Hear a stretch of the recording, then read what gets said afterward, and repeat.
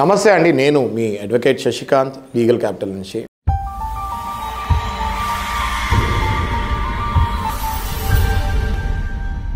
మా దగ్గరికి చాలామంది మహిళా క్లయింట్స్ వస్తున్నారు. దేనికి అంటే ఆస్తిలో మాకు కూడా భాగం ఉంటుందా అని అడుగుతున్నారు. ఓకే, చాలా కన్ఫ్యూజన్లో వస్తున్నారు వీళ్ళు. అంటే ఒక్కసారి మ్యారేజ్ అయిపోయిన తర్వాత వీళ్ళకి ఆస్తిలో భాగం లేదేమో అన్న భావనతో మా దగ్గరికి అప్రోచ్ అవుతున్నారు.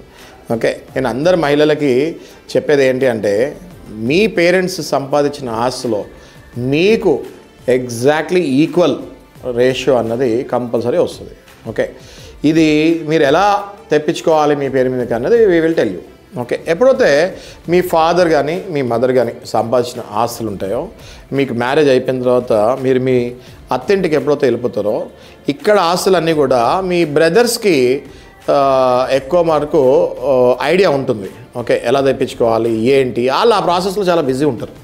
ఓకే, నేను అందరు బ్రదర్స్ని అనట్లేదు, ఇక్కడ 20 to 30% బ్రదర్స్ సిస్టర్స్కి ఆస్తులు ఇవ్వకుండా కొట్టేయాలని చాలా ప్రయత్నిస్తూ ఉంటారు.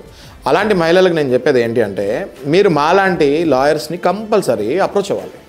అప్రోచ్ అయిన తర్వాత ఒకవేళ మీ ఫాదర్ కనుక లేకపోతే ఒకవేళ మీ మదర్ కనుక ఒక స్వర్గస్థులు అయి ఉంటే ఓకే, లీగల్ హెయిర్ సర్టిఫికెట్ అన్నది మీరు తీసుకోవాలి.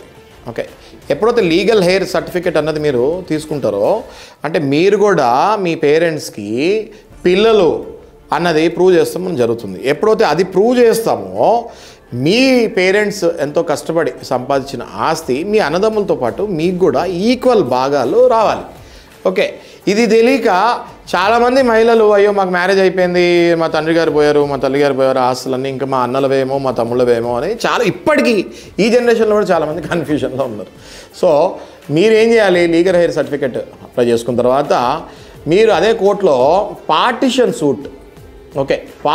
సూట్ అప్లై చేసుకొని ఒకవేళ 10 ఎకరాలు కనుక మీ ఫాదర్ పేరు మీద కానీ మీ మదర్ పేరు మీద కానీ ఒకవేళ ల్యాండ్ ఉంటే ఆ 10 ఎకరాలు మీకు ఒకవేళ 3 అన్నదమ్ములు ఉన్నారు, మీరు ఒకళ్ళే మహిళ, ఈ 4 భాగాల కిందకి అవి కట్ చేసి 2.5 ఎకరాలు మీ పేరు మీదకి 100% వస్తుంది. ఓకే, సో ఈ విషయం తెలియక చాలామంది మహిళలు వాళ్ళ ఆస్తులు పోగొట్టుకుంటూ జరుగుతుంది.